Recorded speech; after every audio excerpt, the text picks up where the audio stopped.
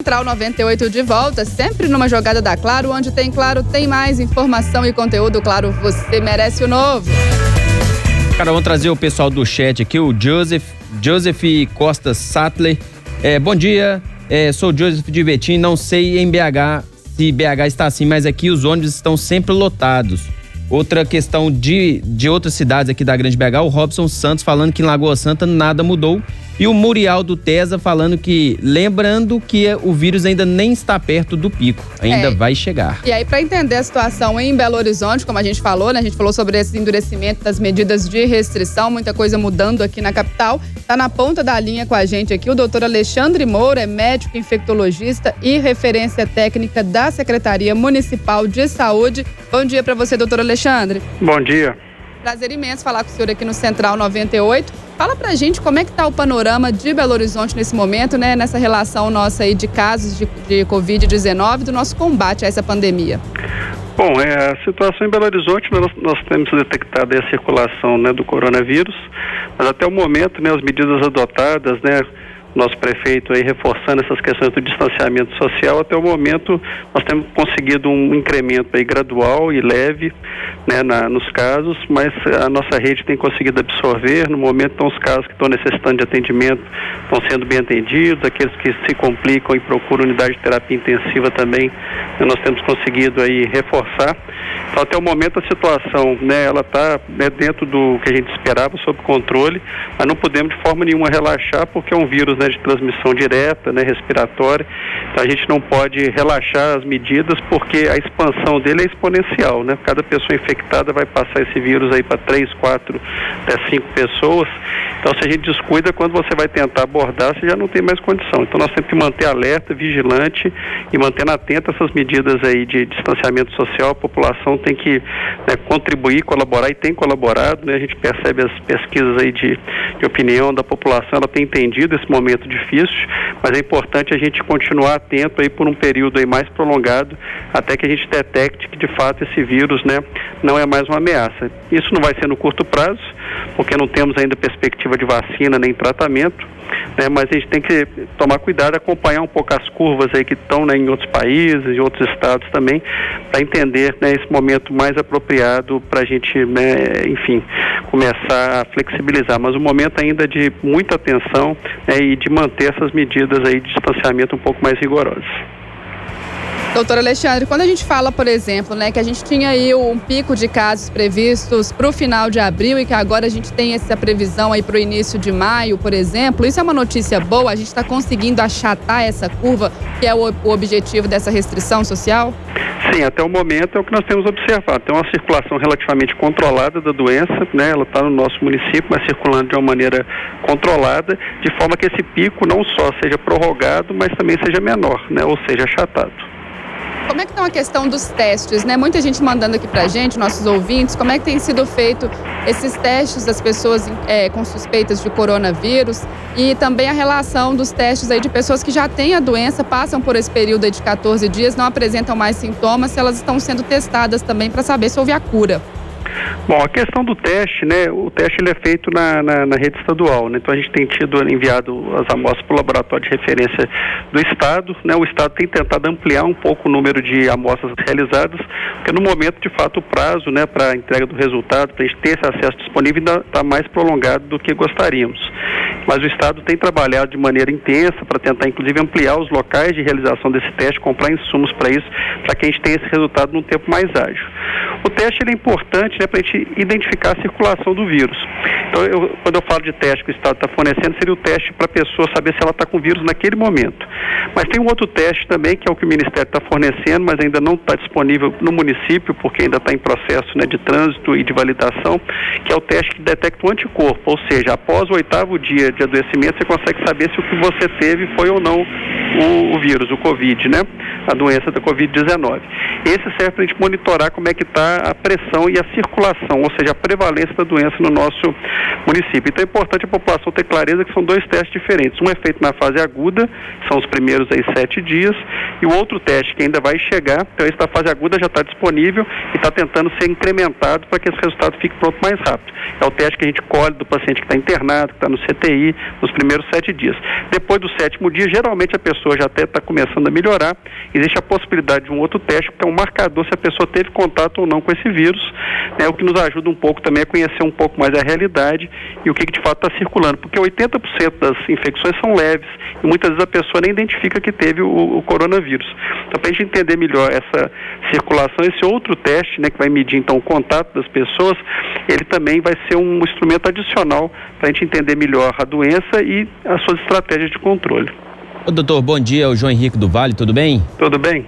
Joia. Doutor, eu queria que você fizesse um panorama atual, né, do nosso sistema hospitalar, de como é que está em questão de ocupação e se a gente sabe que muita gente do interior vai vir procurar atendimento em Belo Horizonte, se nós temos atualmente a capacidade de atender esses casos do interior também. Certo, existem pactuações. Em relação aos leitos, né, a doença ela chegou, né, no nível socioeconômico mais elevado, porque a doença veio inicialmente de pessoas que tinham viajado para o exterior, para São Paulo, então houve uma sobrecarga maior da rede privada no primeiro momento, né? Agora, com essa transmissão mais local, a gente começa a observar já alguma pressão no serviço, né, público também, a rede SUS, mas ela está preparada, né? Assim, até esse momento, dentro de uma circulação relativamente controlada, né, nós ampliamos leitos em diversos hospitais, o Hospital Eduardo Menezes aqui é o hospital de referência em Belo Horizonte, ele foi um hospital praticamente transformado todo para receber coronavírus, com CTI expandido, né, e outros hospitais como, né, a Santa Casa e outros serviços foram contratualizados leitos, né, específicos para atender também o coronavírus, não só leito de enfermaria, como também leito de CTI, porque a grande preocupação nossa é a questão mesmo do paciente grave que precisa de ventilação mecânica, porque é um vírus que não tem remédio específico. Então, qual que é o tratamento? Basicamente é você, né, dar oxigênio para aquelas pessoas que estão mais graves até que o próprio corpo dela elimine essa infecção. Então, claro que vários remédios têm sido testados, mas até o momento, né, nenhum está sendo comprovadamente efetivo. Então, o tratamento é suporte. E o suporte numa doença que acomete o pulmão, basicamente é o fornecimento de oxigênio para aquele que mais precisa. Então, já foi feita essas ampliações, contratualizações, até o momento tem dado conta, né, dentro do volume que nós estamos observando de casos, mas é claro que existe todo um plano de contingenciamento, né, até com perspectivas aí tanto do Estado quanto do município, né, de hospitais aí de campanha. O Ministério da Saúde está enviando também ventiladores e respiradores que vão ser distribuídos. Eu estou falando aqui em nome do município, mas é claro que o Estado também tem preocupado com essa questão do interior vir para cá, procurado fortalecer então as macro-regiões também do Estado, para que não venha tudo para cá. Então nós temos muitos recursos aí na região, né, do Triângulo Mineiro, Norte, Zona da Mata Sul, né, para fortalecer polos aí regionais, para que não haja, né, uma sobrecarga do nosso serviço. Mas a região metropolitana também tem sido conversado, né, o prefeito, os secretários, né, têm feito diálogos constantes também aí com os outros municípios da região metropolitana, para que cada um também amplie, né, e não ocorra um estrangulamento só da rede de BH. Doutor Alexandre, o senhor falou a respeito de que a maioria das pessoas terão sintomas leves ou só sintomas leves e talvez nem percebam a intensidade das causas do coronavírus, da contaminação do coronavírus. As pessoas que sentirem esses sintomas leves, eles devem permanecer em casa? Que cuidados eles devem ter que tomar para não expandir a contaminação dentro até do núcleo familiar? Essa pergunta é muito importante porque a maior parte dos casos vai se autorresolver sem necessidade de medicamentos. Então, uma pessoa que está só com o nariz escorrendo, uma leve tosse, né, isso aí a pessoa pode se automonitorar em casa. O que é um sinal de alarme? Porque a gente tem que pensar que não é só o coronavírus que circula, nós temos também um outro vírus, o influenza, né, que é o causa a gripe, né, que todo ano a gente tem aí os casos e tem a campanha de vacinação, e esse vírus influenza, ele tem um tratamento, que é o oseltamivir, é um antiviral. Então, o problema é que essa pessoa está tendo febre e tosse, né, ela deve procurar o atendimento, porque se ela tiver fator de risco, então se ela tiver doença cardíaca, doença pulmonar, for paciente diabético, se ele tiver alguma doença que reduz a imunidade dele, se a pessoa tem febre e, além da febre, tosse ou dor de garganta ou falta de ar, ela deve procurar, mesmo que esteja se sentindo relativamente bem, porque se for influenza, ele precisa ser tratado. E como a gente não tem um teste que na fase aguda, no primeiro e segundo dia, vai diferenciar isso, então a gente tem recomendado, né, para os médicos da rede e também da rede privada, não só pública, mas privada também, que iniciem prontamente o oseltamivir, porque nós estamos tendo uma circulação mista. Essa época do ano, começando a esfriar, o influenza está circulando. Então, na dúvida, se o cara tem febre e algum desses outros sintomas e tem fatores de risco, ele deve receber, então, o oseltamivir por 5 dias, porque se for influenza, ele vai ser beneficiado. E doutor, o prefeito vem falando que essa questão de isolamento está com um grupo especializado de Covid-19 aqui em Belo Horizonte. Já temos uma data de até quando podemos ir no isolamento e se essa é a medida, o isolamento realmente está dando certo e deve ser estendido por mais tempo? Não tem dúvida de que o isolamento tem dado certo, né? Porque a gente tem observado uma transmissão, né, bem mais lenta e dentro do que a gente tem conseguido absorver na nossa rede. Então, o distanciamento social não é nem questão de dar certo ou não, é a questão de ser a única opção que a gente tem, né? Um vírus que a gente não tem condição de preveni-lo, né, com vacinas, nós temos que afastar as pessoas uma das outras, lavar mais as mãos, né, que também a higiene das mãos, a etiqueta respiratória a gente tem reforçado, mas a aglomeração é o principal fator de risco para a sua transmissão, uma doença muito mais grave, que mata 10 vezes mais do que a gripe, né? Então não é um simples resfriado, é uma gripe muito forte, que leva uma parcela dessas pessoas para a CTI, então é muito grave, a gente tem que tomar cuidado. E o cuidado nesse momento é o distanciamento. O momento certo, a reaproximação, isso tem sido discutido no mundo todo, né, para a questão do impacto econômico. Mas o impacto econômico ele é muito maior se a gente tem uma catástrofe, como está acontecendo, né, em Nova York, né, aconteceu na Itália. Então, se as pessoas veem as tragédias acontecendo, e às vezes ficam negando aquilo, falando assim, não vai acontecer comigo, como se fosse a coisa, né, estivesse distante ou fosse só no imaginário. São coisas reais. Em Nova York, por exemplo, que demorou muito a fazer medidas, até por ser um local turístico, um centro, uma semana antes estava todo mundo na Times Square, uma semana depois está esse caos que está sendo observado em uma das maiores capitais que a gente pode dizer que é a capital mundial, né, Nova York. São Paulo está vivendo uma situação extremamente pesada em relação à sobrecarga de CTI, o hospital das clínicas completamente abarrotado, muitos médicos e enfermeiros adoentados, né, os principais infectologistas, meus colegas lá, o presidente da Sociedade Paulista de Infectologia está com Covid, a maior especialista em coronavírus, que é a Dr. Rô, da USP, está com Covid, o Davi Wip com Covid. Então, assim, é uma doença que acomete muitas pessoas. Nós tivemos agora uma colega que faleceu em Divinópolis, essa foi uma tragédia, né, de ontem para hoje em Divinópolis. Então, assim, é uma doença muito grave. Então, essas medidas de distanciamento, acho que a população tem que compreender que é um momento, realmente é uma operação de guerra, e o momento correto é através da análise da epidemiologia. Vamos ver essa onda de São Paulo, como é que ela vai se comportar, né, quando que vai ter o pico em São Paulo, que deve ser em breve, porque São Paulo, a transmissão foi muito, muito intensa, e aí nós vamos acompanhando a cada semana, não tem jeito de fazer uma previsão, a cada semana, é dia a dia. Então semana que vem vai ser reanalisado, o prefeito está bem assessorado, né, estão analisando o cenário, e a cada semana você faz uma programação. Não dá para falar daqui a 15 dias, porque semana que vem pode estar totalmente diferente. Então o prefeito ele tem optado por medidas aí graduais, né, e colocado um tempo indeterminado, porque a cada semana isso está sendo reavaliado. Nesse momento ainda é necessário.